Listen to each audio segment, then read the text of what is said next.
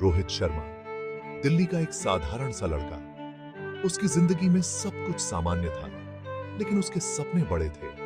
अच्छी नौकरी, प्यार करने वाला परिवार और दोस्तों का साथ, सब कुछ था उसके पास। जिंदगी बिल्कुल सही चल रही थी। हर दिन एक नई उम्मीद लेकर आता था।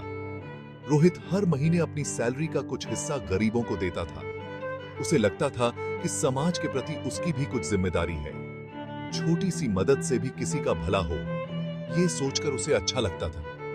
उसकी इस सोच ने उसे और भी प्रेरित किया। दिन रात मेहनत करता था मैं। अपने सपनों को पूरा करने के लिए मैं कोई कसर नहीं छोड़ता था। चाहता था कि अपने माँ बाप को खुश रख सकूं, उन्हें हर वो खुशी दे सकूं जो उन्होंने मेरे लिए सोची थी, उन्हें एक अच्छी जिंदगी दे सकूं। उनके चेहरे पर मुस्कान देखना ही मेरी सबसे बड़ी खुशी थी। लेकिन महंगाई इतनी बढ़ गई थी कि मेरी सैलरी कम पड़ने लगी थी। हर महीने के अंत में पैसे की तंगी महसूस होती थी। कभी कभी सोचता, काश जिंदगी में कुछ ऐसा हो जाए जो सब बदल दे, एक ऐसा मौका मिले जिससे सब कुछ बेहतर हो सके।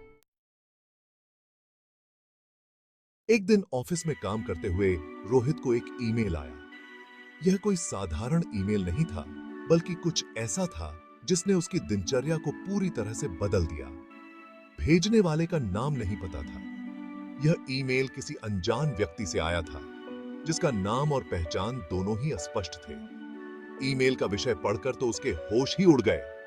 बधाई हो, आप करोड़ों के मालिक हैं।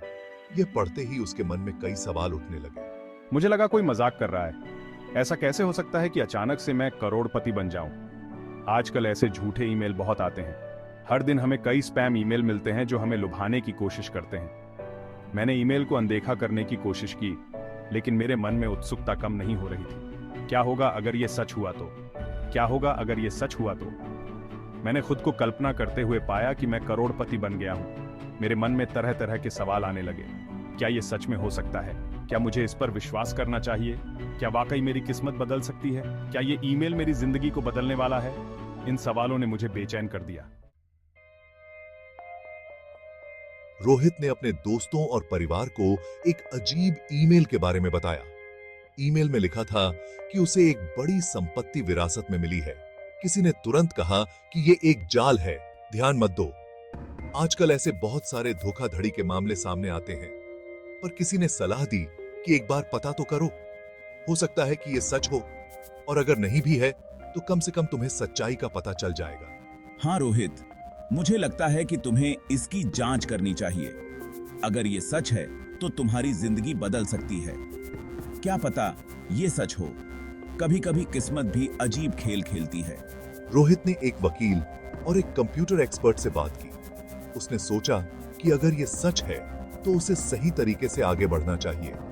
उन्होंने ईमेल की जांच की और पाया कि यह बिल्कुल सच है। ईमेल में दी गई जानकारी पूरी तरह से वैध थी। एक अमीर बिजनेसमैन, जिनके कोई बच्चे नहीं थे, ने अपनी सारी संपत्ति रोहित के नाम कर दी थी। यह एक बहुत बड़ी संपत्ति थी। मुझे अपनी आंखों पर यकीन नहीं हो रहा था। यह सब कुछ एक सपने जैसा लग रहा था। मैं तो बस एक साधारण सा इंसान हूं। मैंने कभी सोचा भी नहीं था कि मेरे साथ ऐसा कुछ हो सकता है। ऐसा मेरे साथ कैसे हो सकता है? क्या यह सच में मेरी किस्मत है या फिर कोई और खेल? रोहित के पास अब दो रास्ते थे। पहला, ये सब भूलकर अपनी जिंदगी वैसे ही जीता रहे जैसे पहले जीता था। दूसरा, अपनी किस्मत को अपनाता और नई जिम्मेदारियों को स्वीकार करता। मैंने बहुत सोचा। मुझे समझ नहीं आ रहा था कि क्या सही है और क्या गलत। आखिरकार मैंने अपने दिल की सुनी। उसने फैसला किया कि वो इस पैसे का इस्तेमाल जरूरतमंदों की मदद करने के लिए करेगा। वो हमेशा से लोगों की सेवा करना चाहता था और अब उसके पास ये मौका था। रोहित ने अपनी नौकरी छोड़ दी और एक एनजीओ खोली। इस एनजीओ के जरिए वो गरीब बच्चों को पढ़ाई, बीमारों को इलाज और बेरोजगारों को काम दिलवाने लगा। धीरे धीरे मेरा नाम पूरे देश में फैल गया। लोग मेरी दयालुता और ईमानदारी की मिसाल देने लगे। मुझे कई अवार्ड्स मिले। रोहित को अब एहसास हुआ कि खुशी पैसे से नहीं, बल्कि दूसरों की मदद करने से मिलती है। वो अपनी नई जिंदगी से बहुत खुश था।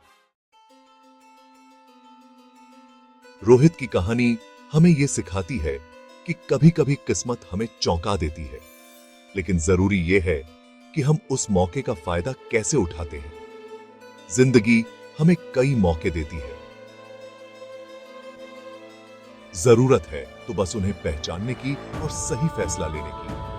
और कभी नहीं भूलना चाहिए कि सच्ची खुशी दूसरों को खुशी देने में ही है।